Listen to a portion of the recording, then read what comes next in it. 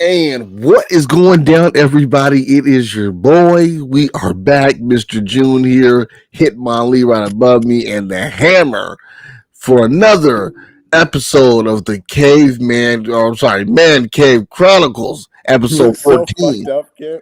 Yeah, kid, you look like you are in recovery fucking mode, You look man. like you're gonna Recovery fall mode, asleep, bro. man. Mm-hmm. Yeah, so help us out as much as you can. We're gonna be live with our special guest, Pappas. Pappas is gonna come on here, Street Beef Scrapyard. And you know what? Hold on, give me a second, man. Here comes a new challenger. Hey everybody, it's Pappas here with the elusive Red Wolf, and Shit. we are here for the interview. How's it going? I'm excited to see you all. How is All it right. going, Pappas, man? It is a good thing we got you on here. If people who just entered the show, this is Pappas, soon to be Street Beef Scrapyard legend. You are here with, of course, Mr. June. We've got Arm and Hammer down below me, Hitmonlee over there. Chat board's already up. Let's see what we got going on. That's my guy Van Lee here. Van Lee, always here at every show. One of my favorite subscribers on the show. So let's get into it, man. Let's dive into the brain of Pappas. Okay, so let's start here. Pappas, what got you deciding that you want to fight and go into a backyard with a bunch of goons and do some fights? What motivated you to actually do this? To actually have your first fight in the scrapyard? Oh, great question, Melvin. My desire to Mr. fight at the June. scrapyard It's Mr. started. June. It's all No, good. no, Go no, ahead. no, no. Go ahead. Talk to us. My desire to fight at the scrapyard started from a young age to test myself against anyone that I could, but back in 2024, early on, right before my first fight, 7 days beforehand, I got told about the scrapyard from my buddy Ari, who works at the YMCA where the Flaming Sword works out, and I was there getting some reps in, and he had come up and talked to me about how he had fought there before, and he thought that I should go out and check it out because I was working on the heavy bag, and I was like, yeah, I'm definitely interested. That's right up my alley, and so I started training and showed up at the next event, which was just about a week later. So it started my path up the mountain again. I was excited. I started from a young age in martial arts, and I've been drawn like a moth to flame to growth and to the kinesthetic art of combat. But Okay. So let's go into the martial arts background. What is your martial arts background? What did you start? What have you trained in? And what are you doing now? so I started in Kyokushin karate back when I was 6, and was there from the time that I was 6 to 8. I during that participated in point sparring competitions, and I then moved from there into I moved up to Arlington from Graham, where I had a hiatus, but I still practiced what I had learned. I just wasn't at a formal school for that year that I was up there. When I got up to Port Angeles, I ended up involved with a buffering group from near the end of 4th grade, about 5th grade through 7th, and I learned a lot of hand-to-hand combat weapons such as sword and polearm and a multitude of others. What? Did you learn a screamo as well? Eskrima? No, I have not. No, I have not. That I wish that I'm it's on my list, but Okay. the I practiced buffering during those ages, and then in 7th grade I got into Roman Greco wrestling, where I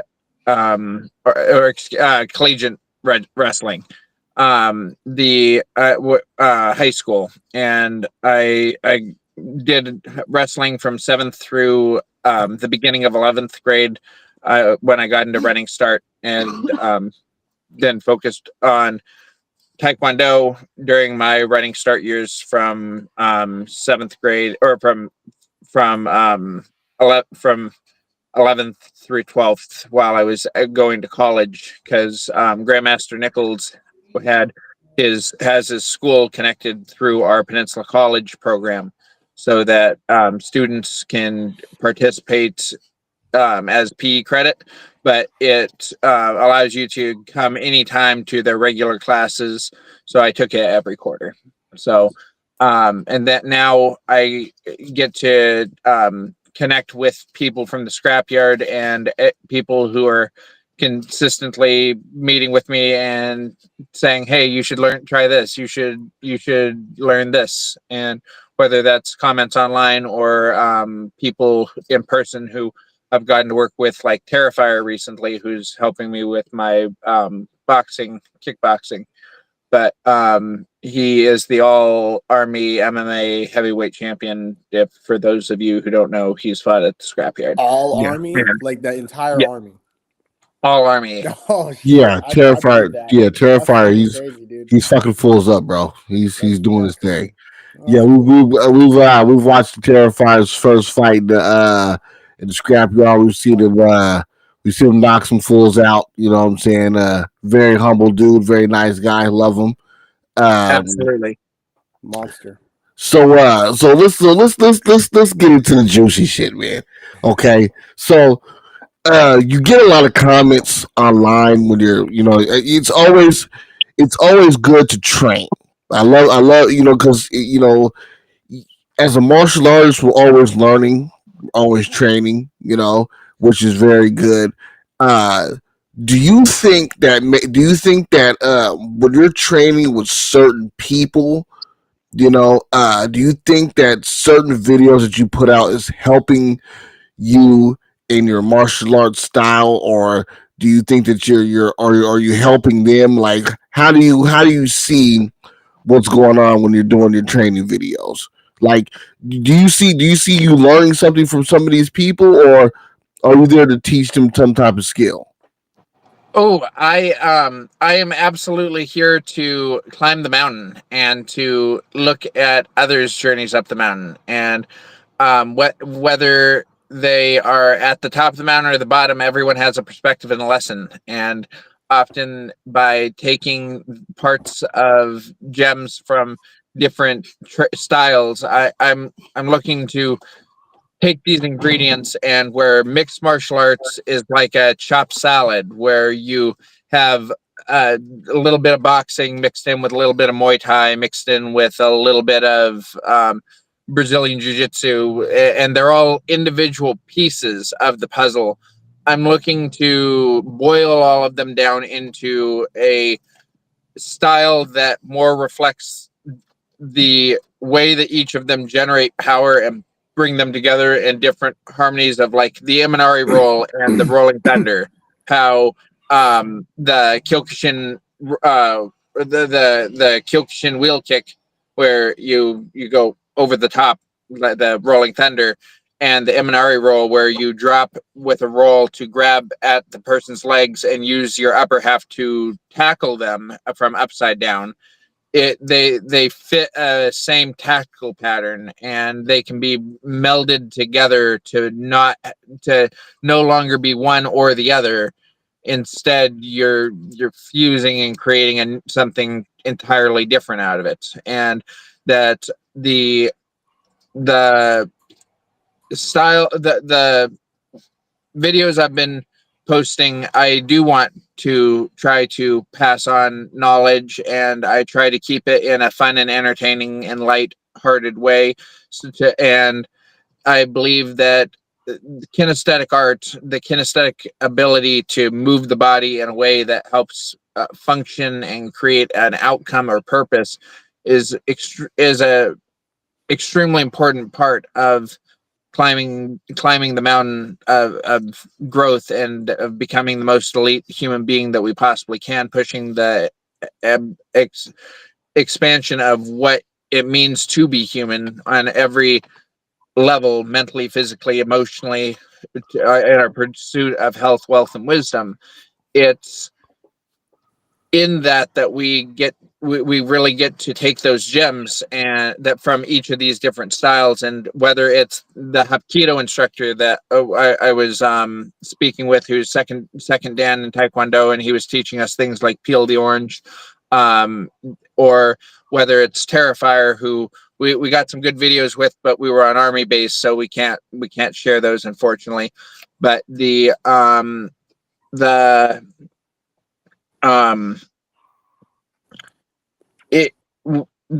other videos that we've had and are going to be continuing to post that are going to continue to teach people how to properly do moves, and we're going to expand on what we're doing to show more nature content, like not just nature, but like us doing martial arts in nature, changing our environment. We're just kind of getting out some mock videos to begin with to help test the waters. The page isn't really where we're trying to be at yet. It's at like a 1, and we really want to bring it up to a 10 as we move toward the packet heroes, moving more people out, getting the property. We're just in build mode right now. Okay, so are you trying to create your own techniques, or are you trying to it sounds like you're on that Jeet Kune Do Bruce Lee type of path. You're trying to mold a technique together.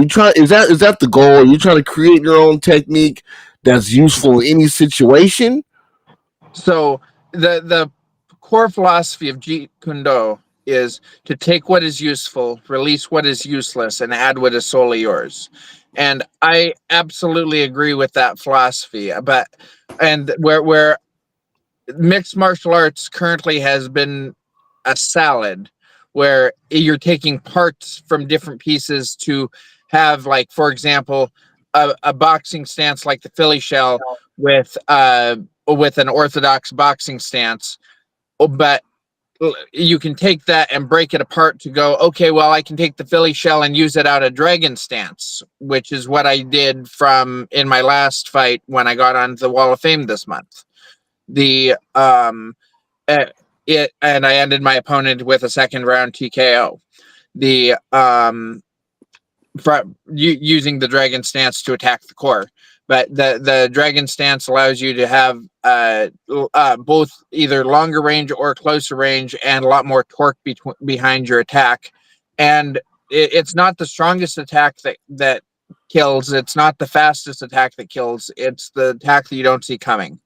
And it's hard to have a understanding and foundation in every art. So for a lot of people, they haven't dealt with Taekwondo, they haven't dealt with Bagua or Baguzang, they haven't dealt with Tai Chi, and so to take people out of their natural waters is almost more important than being better than them at their own game. Okay. Yeah, that's it. And I was watching your fights, and your style is very, it's extremely unorthodox. And there's people like that I see you square up with in your fights that when you look at them, you're like, oh, they're traditionally like, oh, they have solid technique. But it seems like your style like really throws them off. So you are Thank you. Yeah, you're the embodiment of you are an actual artist. Like your style is uniquely yours. I take that to heart. Thank you. Yeah, it's just as a chess player, we have a goal of taking the position that's in front of us and creating harmonies and dissonances to be able to amplify our own position and nullify the opponent's. And we're using the space left behind from the opponent's position to be able to determine our best possible strategy using the tools and tactics that we have in front of us. Well, as a martial artist, we're doing the same thing. So Miyamoto Musashi, the Gorin no Show, the Book of Five Rings, he was a strategist among a bunch of tacticians of the time. And the difference is that a tactician believes that there is one way and this is my way, and I have this one style and this one tool, and that's what I'm going to win with. And he would study these people and create an entire set playbook around how they operate.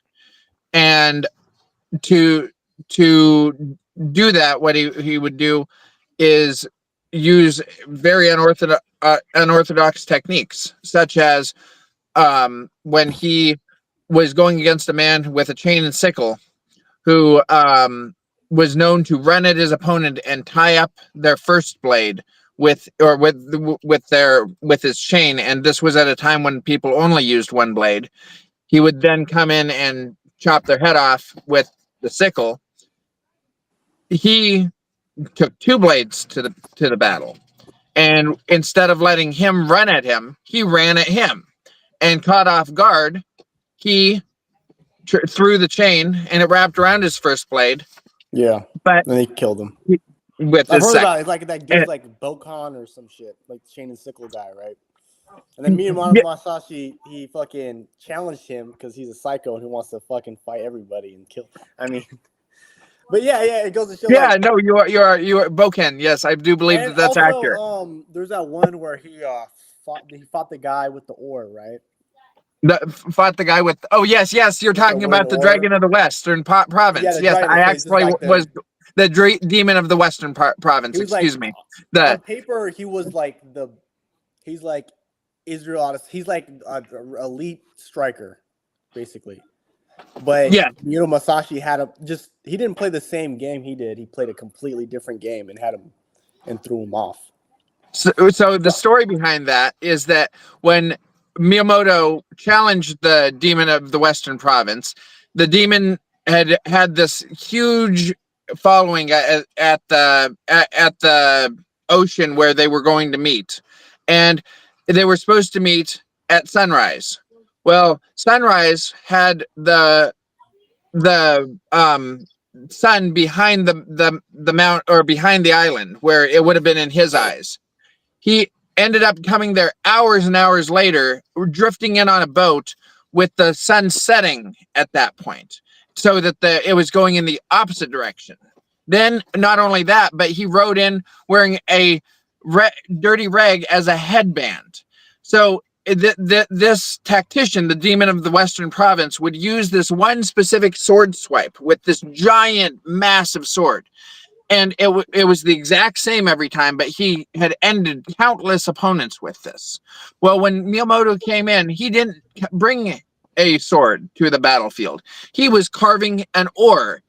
And this man had a huge following and was dressed properly for the attire. Miyamoto came in looking like a homeless man. And when he showed up on the ship, on the shore, he got out and came charging at the demon of the Western Province with the oar that was half carved up. Well, when the man swung his sword, the demon swung his sword, Miyamoto took his oar and swung it in the distance. And by doing such, it made contact with the same spot that he was carving. The oar turned, cut in half, and smacked him so hard in the head that he knocked out on spot in front of everyone. And in that moment, Miyamoto was solidified as the greatest of all time. And that's the strategy, is to never have one tactic that you're relying on, to be able to meld and boil these tools down to the essence of what's needed in the moment.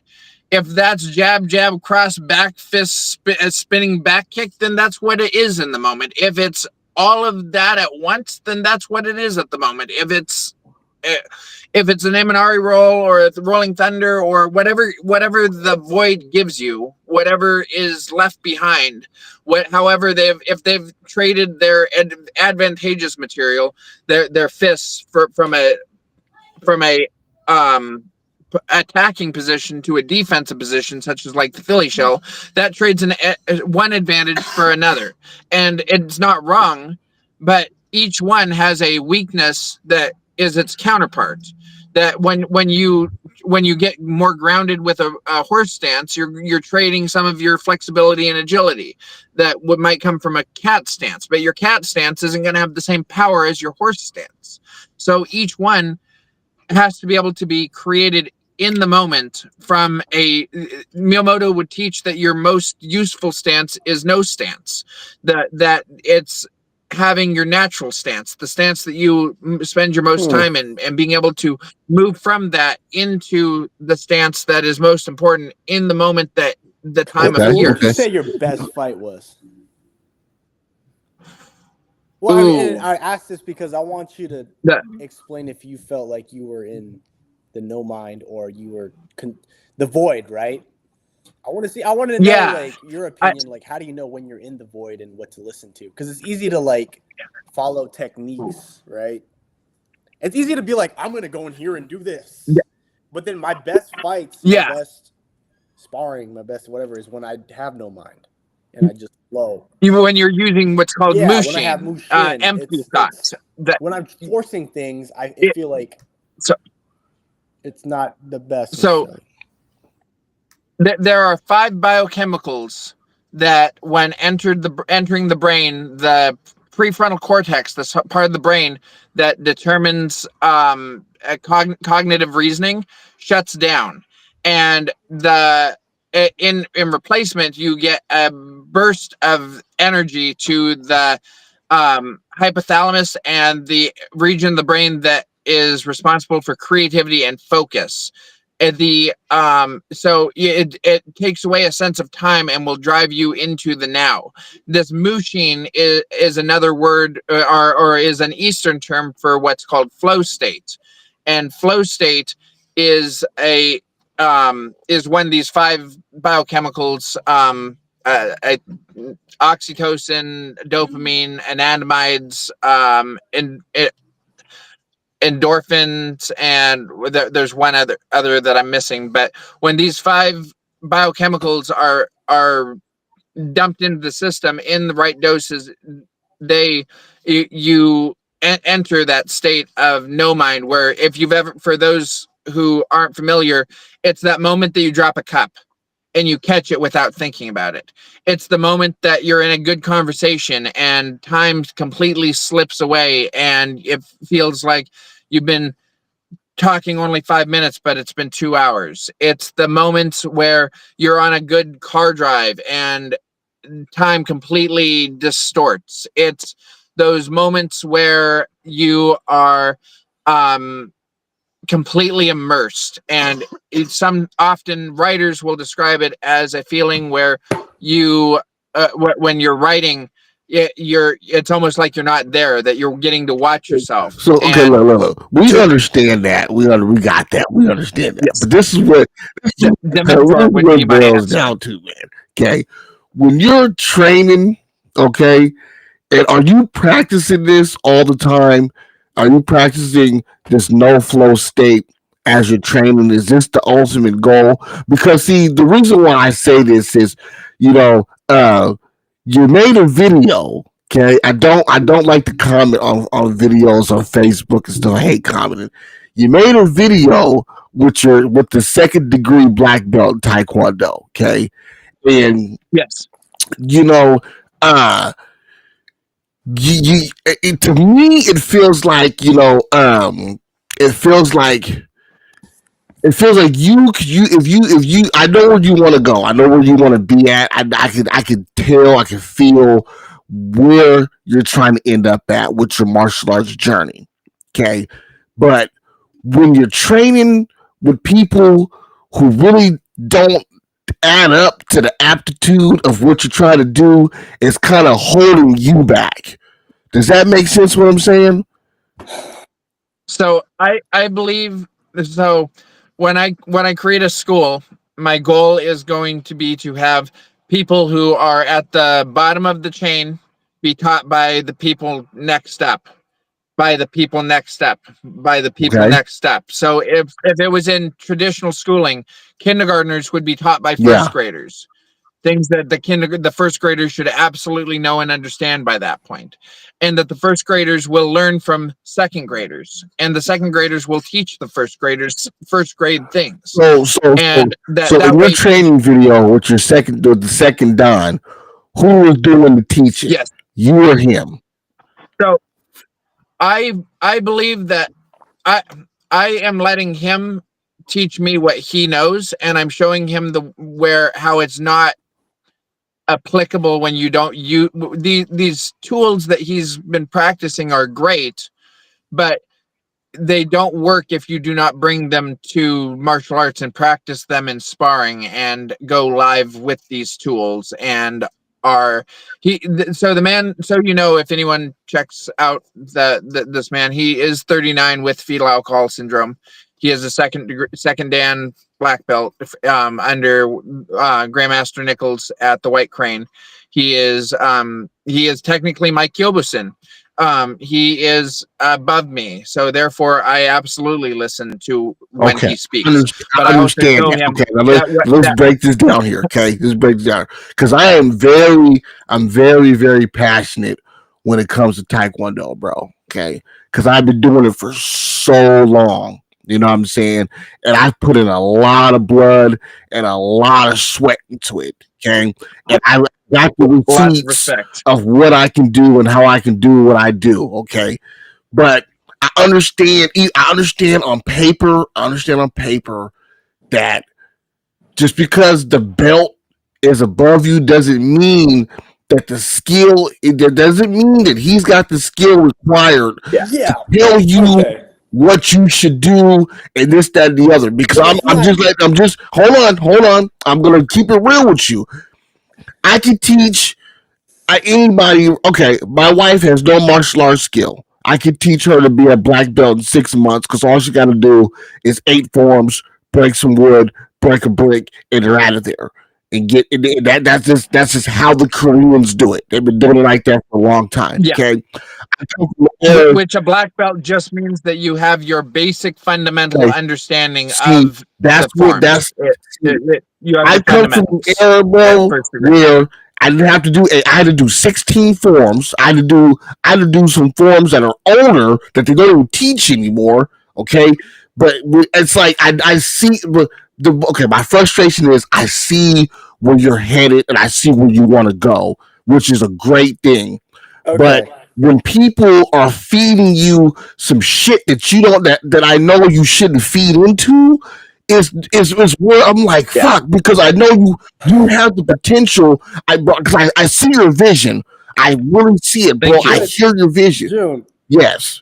What I see is he's just paying respect formally to someone that's technically above him.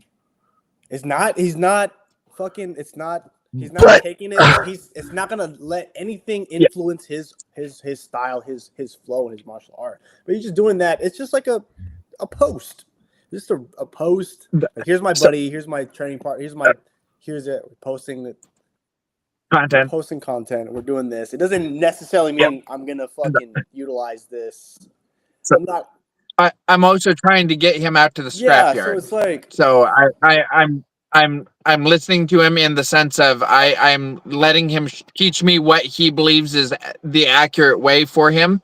And I'm showing him how Hapkido works. The joint locks work great if you're already in a grappling situation, but otherwise, unless you're trying to just get a dominant second for a tempe, a moment of control, it's a lot of them aren't effective. And I showed in another video of using things like peel the orange, which we were in live sparring. I keep catching the outside of his thumb just long enough to pull his weight onto his front leg so that I could kick his front leg out. And that's how he was flying around the room. So, but he is 40 pounds lighter than me. Okay.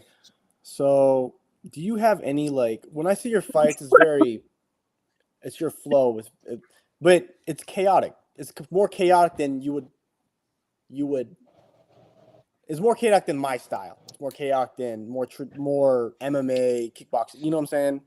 Would you agree on that? Like, Oh, absolutely, purposefully yeah, by design. Yes, absolutely. What are you? Are you training kung? I don't know what what are you training? You're training fighting, right? I didn't mean So to thumbs down. I don't know what that was all about. But what are you training? What are you? Shut up. So, kid. when I was in Taekwondo, I also got to go through Hapkido, Baguzang, Gumdo, Kajik Kembo. I don't have a direct dojo that I train at currently.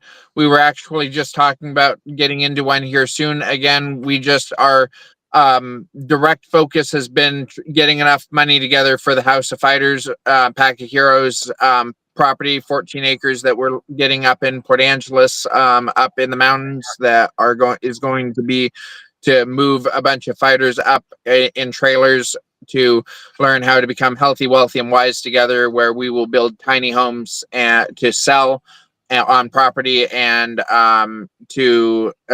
we'll rent out spots to be able to pay for the property and create obstacle courses, create content, go and use the Pacific Northwest as our background and be able to go compete.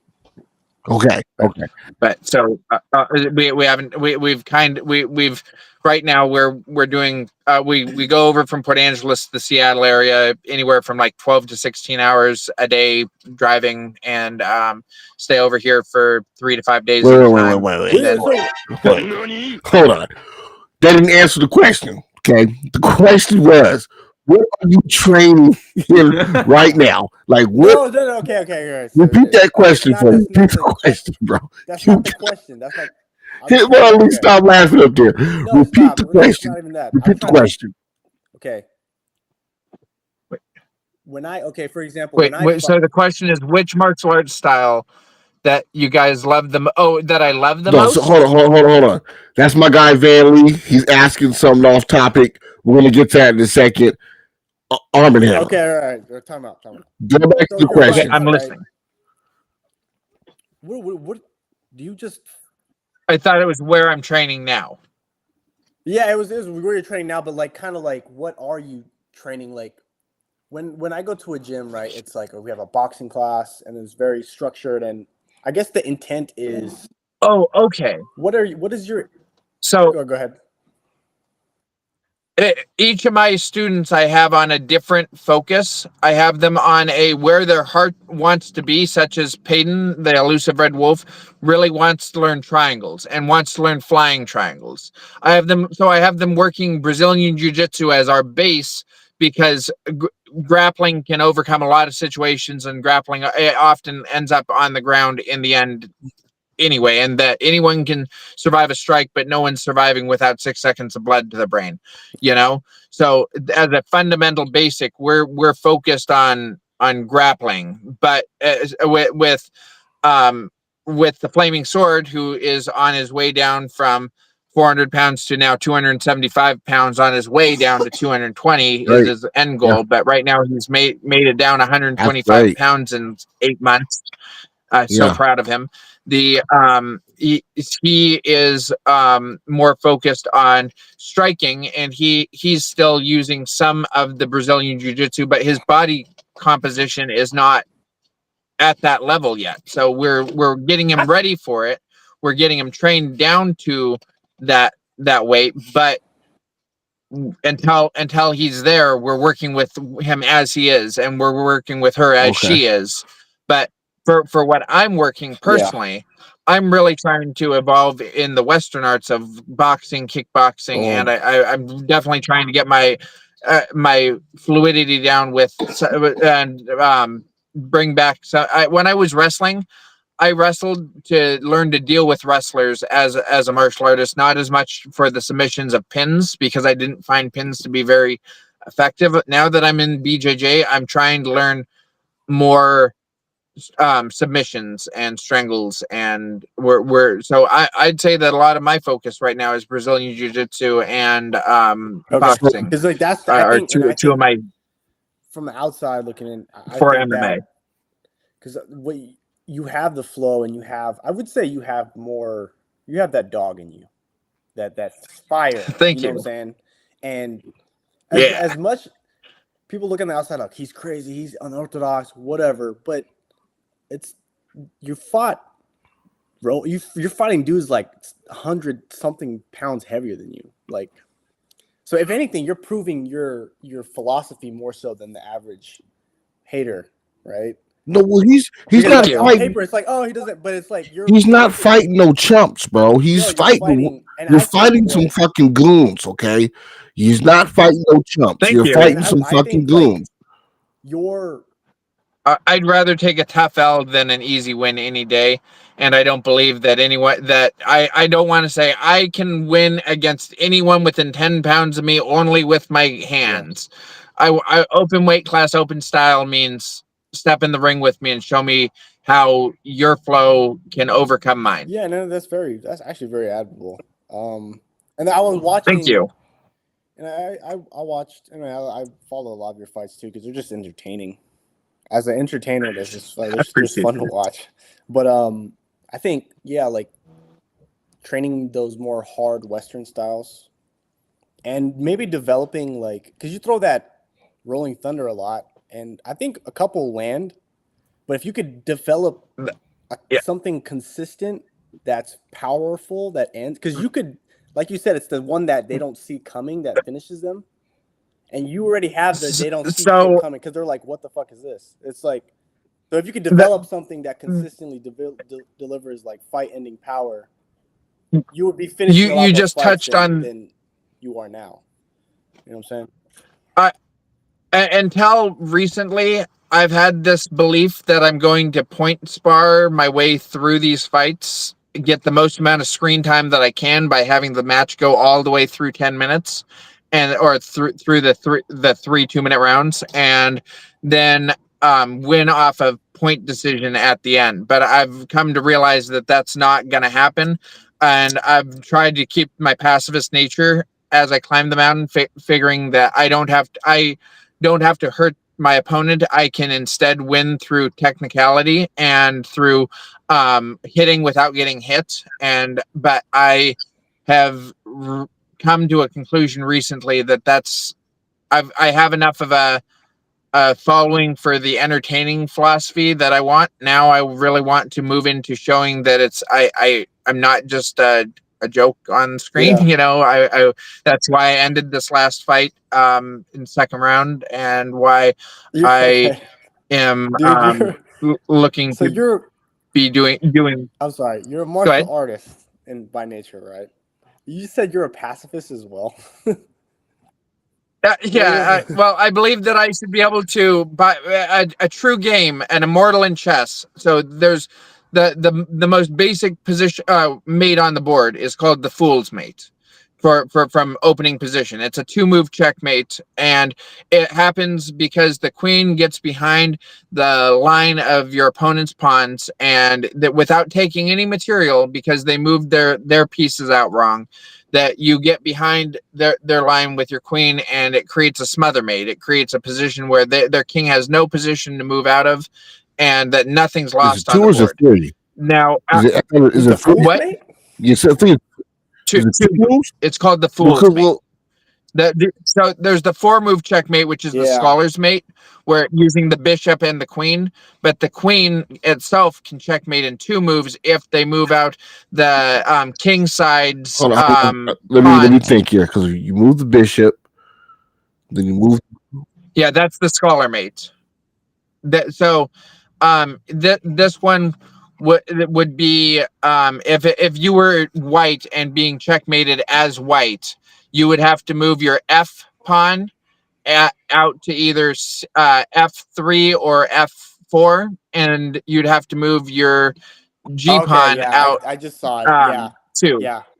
And now your queen comes behind the line. But then Pappas, you gotta. On the other end, at the top end of the game, That's the same thing. If both sides can play at the absolute peak, neither side has to lose material. And they're out of that dance can be a position where you can create a win without either side having to lose anything. Almost like taking out your drunk uncle. Like being able to say, nope, you're sitting down, you've had one too many, stop before you hurt yourself. But to the most elite fighters, that's my goal. Pappas, okay, I know where you're coming from because, okay, you know Sun Tzu, right? You can win. The best absolutely. fighters are the ones that could win without fighting. Or something like that. Yes, they yes, absolutely. Surrender. I'm trying to take that statement very literally. Resign, because you're just fucking.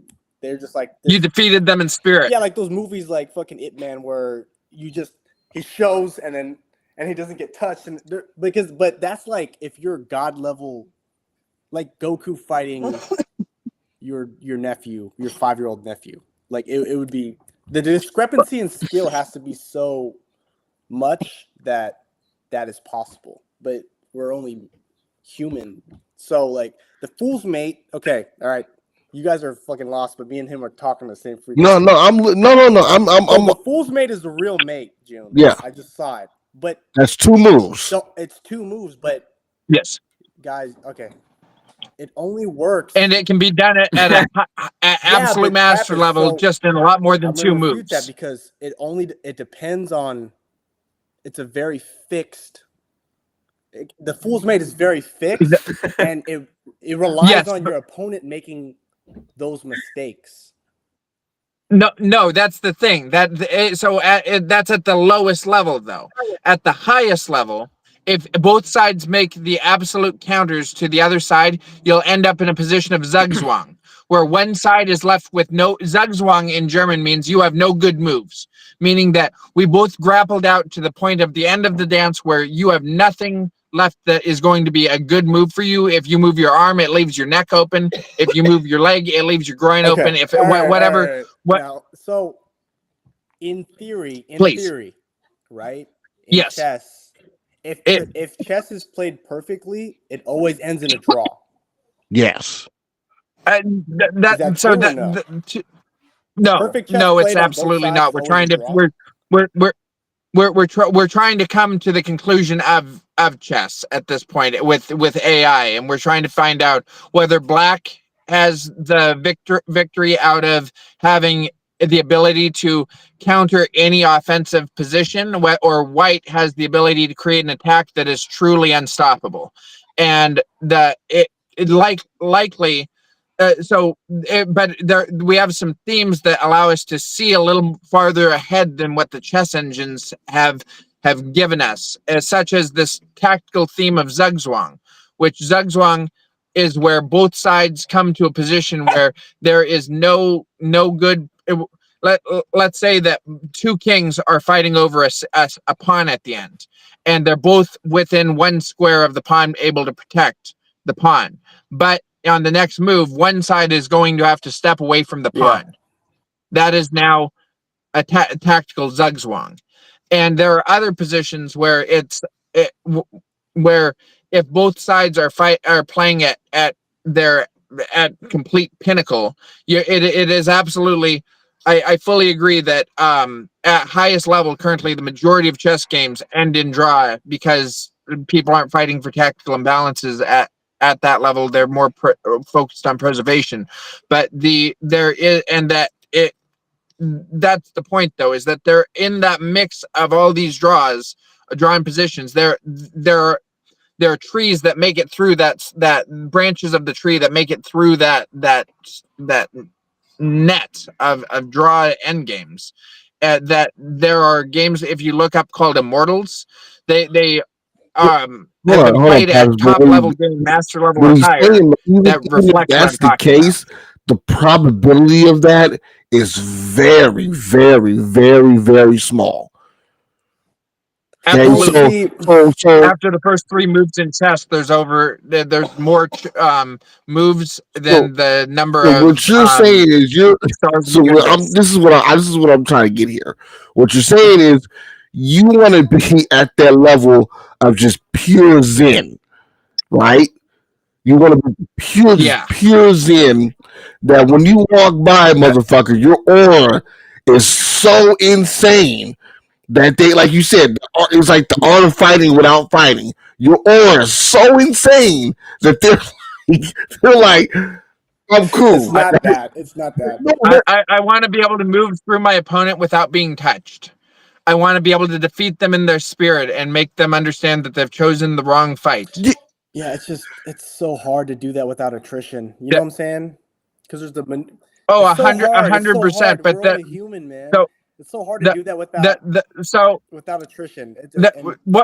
Let's put it this way: most people have a gas tank. That they have that many tries to end me before they've realized that they're out of gas. Okay, but it's happened before where like Willie Pep, he does not touch and he still wins the round. But that's one round out of so many millions of boxing. And that's why I still point spar with people where I show them, oh, you're open and I hit. You do that in your but I haven't been dropping with my force equals mass times acceleration. I'm not dropping with my whole body weight behind it. I'm not dropping through the punch. I'm not. And when you drop, you're getting 9.8 meters per second per second squared. So yes, please. Do you feel like, are you saying that a lot of your fights, do you feel like you could have won a lot more fights if you were more like not as passive? If I wasn't focused on screen time? Yeah, if I wasn't focused, if I wasn't trying to let my opponent show them everything that they had, so that I could have the best fight possible with them. Bruce Lee, I'm gonna try to finish as fast and effectively as possible. You feel like you would have a lot more wins under your. Yeah, I feel like. Yeah, I feel like you are. I feel like if I in a lot of your fights. That I've been trying to break that habit because it's a bad habit of mine, but it's something that I want to see the best out of my opponents. I want them to push me to a new level. And to me, it's more fun to get in and see how other styles. Okay, so you're telling, okay, hold on. Let me interject here. So you're telling me that that 90% of your fights, you love it. 90% of your fights, though, right? You've been fucking around, getting screen time. So now I get to see. So now you're telling me we're about to start seeing the real Pappas. We're about to just start demolishing people. That's been what I've been trying to get past for an internal block. Yeah, I'm trying to get to a point where I'm okay with getting into. For my first, a lot of my first fights, in the martial arts that I've practiced, you're aiming for attacks to the neck, attacks to the back, attacks to the groin, attacks to the orifices. And I when I'd be doing things like getting into boxing and things, I wouldn't be able to get into my flow because I'm thinking spinning back kick, spinning elbow, like even now I have to stop myself from throwing elbows to the head and things because if I get into that state of Mushin, I'm just going to want to go for the openings left in the void, and that isn't acceptable because we're doing because exactly. Like point sparring, point sparring is like point sparring is like whatever, but if you're aiming for the eyes, the nuts, you could point spar and still Bruce Lee was like you could win a point, you could touch him just like this and then end a fight. You know what I'm saying? Like there's knives when the knife's involved, like you don't need that much force. You don't need to develop a full force roundhouse kick or a punch to end a fight if you have weapons or if you're aiming for. There's no rules. Or see, what are your thoughts, Hitmonlee? What do you got up there? What are you thinking about? I know you guys are talking right now. You go ahead. What are your thoughts? Are you telling me that Pappas is a Saiyan? Is he a Saiyan out here? Is he on some ultra instinct type shit? What's going on here? He's been telling me he's been sitting here just taking punishment, going to the hyperbolic chamber, coming out 10 times stronger every time. I want to see the real Pappas out here. But I want to see. Okay, if that's the case, I want you to the next fight. I want you to go out there. Don't play around. I want to see what the real Pappas. See Pappas, like if you're a follower of Miyamoto Musashi, he's Miyamoto Musashi. It's his philosophy is he doesn't think of anything else but the kill. There's no passive. Yes, It's when you strike, you should be thinking of nothing kill, but the cut. And and then that's how I would approach my fights, and that's when I would reach my Mushin. Like, I'm just thinking about it because I'm not thinking about what is he gonna do to me? What if he does this? No, I'm just kill or be killed. I'm here, and I'm executing my techniques in that way, and it helps me in my Mushin. So I love that you're an avid scholar. I can tell. I'm just open-minded. Okay. It's a powerful Well, tool. look, man, Pappas, we got about 10 minutes left of the show. I gotta let you go. Look, man. One sec. Do you really work at Applebee's, bro? Not anymore, but I joined it for the meme after Steve started posting me as the Applebee's guy, so I left.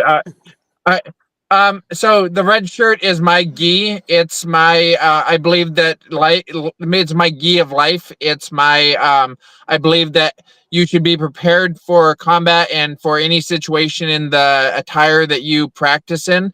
And that I believe in the red as a symbol of passion and of growth and of love and of the blood that literally flows through our veins. And all my mentors dress very similarly, but they have their own colors and their own styles. Cool, and it's like an anime. Like you just have like a whole squad, and someone's in purple, someone's in green, but they're all wearing the same shirt. They all got different. Yeah. Okay. Yeah, it allows each person to have their own direct reflection of who they are, but also I feel like I could be just about anywhere in my outfit and be feel like I'm prepared to strike up a conversation with someone who I want a really good first impression with, or just be relaxed enough to be at a party, or it's a reflection of my martial art in the sense of the omnidirectional position that allows you to be able to attack, enter any state that you need. As far as if I would need to roll, I can roll in it. If I need to strike, I can strike. If I need to sign a business deal, let's talk. I got it, man. I got it. Hey, Molly, you got anything for Pappas? Yeah, I was just quiet because I was doing a lot of the listening because it's just kind of dope that he shares everything and how his brain operates. Yeah. Okay. He's just recovering. Thank you. Hitmon's just recovering from a fucking hangover because there was a wedding yesterday. So. You had a wedding last night, bro. So fucking sleepy. I was like laughing the whole time because he's fucking. All right, Pappas. Look, man, it's been great having you on the show. We'll be at some of these events soon, man. Yeah, we got things going on, but it's good having you here. It's good to pick your brain. Finally, good to have you on here and talk to you without all the screen in the background, all the other stuff. So, yeah, bro. Thanks for coming on here. Is there anything else you want to say before we let you go? Thank you all, and I really appreciated this conversation. It's been a blast. That if you guys are interested in more exclusive content or checking out any of the videos that were referenced, check me out on Brandon Lee Pappas on Instagram for more Pack of Heroes content, and I hope to see you out here getting stronger with the boys. Woo! All right, you guys, that's Pappas, man. Thanks for coming out. We'll see you next time, man. Peace. And there you guys have it, man. You had Brandon Lee Pappas. I'm just gonna tell you right now, you know what I'm saying? That dude's trying to start a cult. So don't drink the fucking juice, bro. He's trying to get 14 acres of land and to have fighters out there. Tell me, all right, June, don't tell me you never thought about something like that. He's actually like no, check this out. That's pretty cool. Check this out. I feel where he's coming from. You know what I'm saying? I feel where he's coming from. And I feel what you were saying when he started bringing up the chess, okay, about the two moves. And, you know, basically you were saying, like, look, bro, if you got two masters on some godlike type shit, 99.9% of the time, or 99.89% of the time, there's going to be a draw. Okay, and he's talking to me about the 1.1% that withers through the cracks that's gonna make. No, it's not that. It's I didn't understand that because I mean, there's so many. It's too much. There's too many openings. Too many. Technically, there's probably a game out there where it's a draw and no one takes any pieces, but you still move. You know what I'm saying? And it just probably, but that's rare. You know, and it's. I think there's the art of it and the philosophy of that, but like, and he's coming to realize too, like, you're fighting, you need to you're gonna take damage, you're gonna give damage. Yeah. And it's like, but he said he's been getting screen time, and he got hit my little throwing out balloons and shit. Because it's like, I would say he's more popular. He's more popular than, and I hate to say this, he's more popular than like Viking Warrior. Let's say okay. on paper he's more popular than Viking Warrior, even though Viking Warrior on paper is a way better martial artist and more skilled fighter. Does that make sense? It makes perfect sense. But he has more screen time, so he's perfect sense. entertaining. Just like how it makes sense that I understand that this dude's a 2nd degree black belt and he's showing you some stuff, but does it make sense that you gotta? You're like, you know, get to this. Bro, I don't think he ever answered any of the questions like directly. The direct questions that you were giving him. But that's the way he fights and that's the way he thinks. He doesn't directly attack. He's like, he flows in his own way, man. It makes sense. I mean, it makes sense until you're in the red dress on the mountain in the cold, okay? Asking to drink the juice, bro. It all makes sense. It all makes sense when. Look, bro. Look. If you try to create a Shaolin temple, more power to you, bro. You try to create monks, I ain't got no problem. Okay? All I'm saying is that dude's interesting character, bro. Okay? Interesting character. He's also he's trying to create his own technique. That's what he's trying to create. His fights, right? He fought the comedian. He fought Solo. So the comedian, Solo, and him, they're like, there's the type of individual that, some of the type of people that come to the yard. Pacific Northwest has interesting individuals. Let's just say that. Yeah, very. You know, but then when he fights people, because he fought Flex, and Flex tried to take his head off with the book because he was coming in with that bullshit. But hey, look, we're not here. It's not even just. It's not that. It's this dude. He just goes in there. He fights, man. Fuck it. He fights. You want to fight Flex? You want to go in there and fight Ronan? You want to fight Jay God? He would fight everybody. He'd probably fight the Terrifier too. Honestly, I don't know if he would fight the Terrifier, but I'm just saying he's in there and he's sending it. He's sending it. Yeah, but how much damage you gotta take to how much damage I mean, shit, bro. I don't want to be about that life. So we only have. I don't want to walk. Look, I'm about that life too, but I don't want to walk around with a fucking headache every day. He's about that life. Just sitting there because I done took too much. That's that bullshit. Now, before we go, take your advice, man. Take your advice.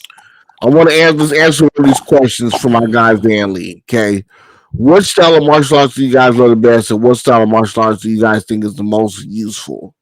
Okay, of course, I love Taekwondo. The most useful, I would think, in a fight would be boxing.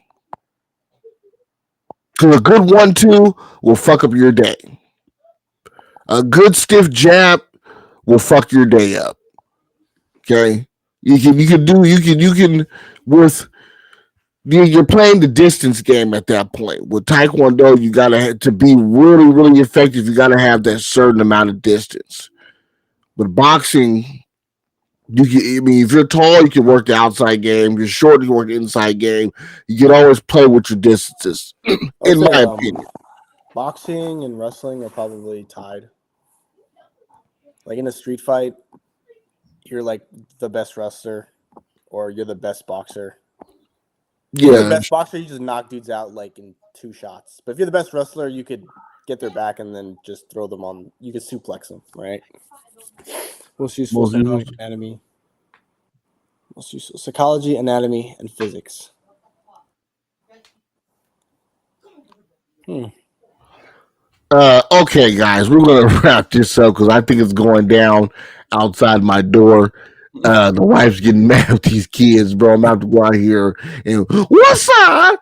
So with that being said, thank you guys for coming out to the show. Thank you guys for watching Pappas.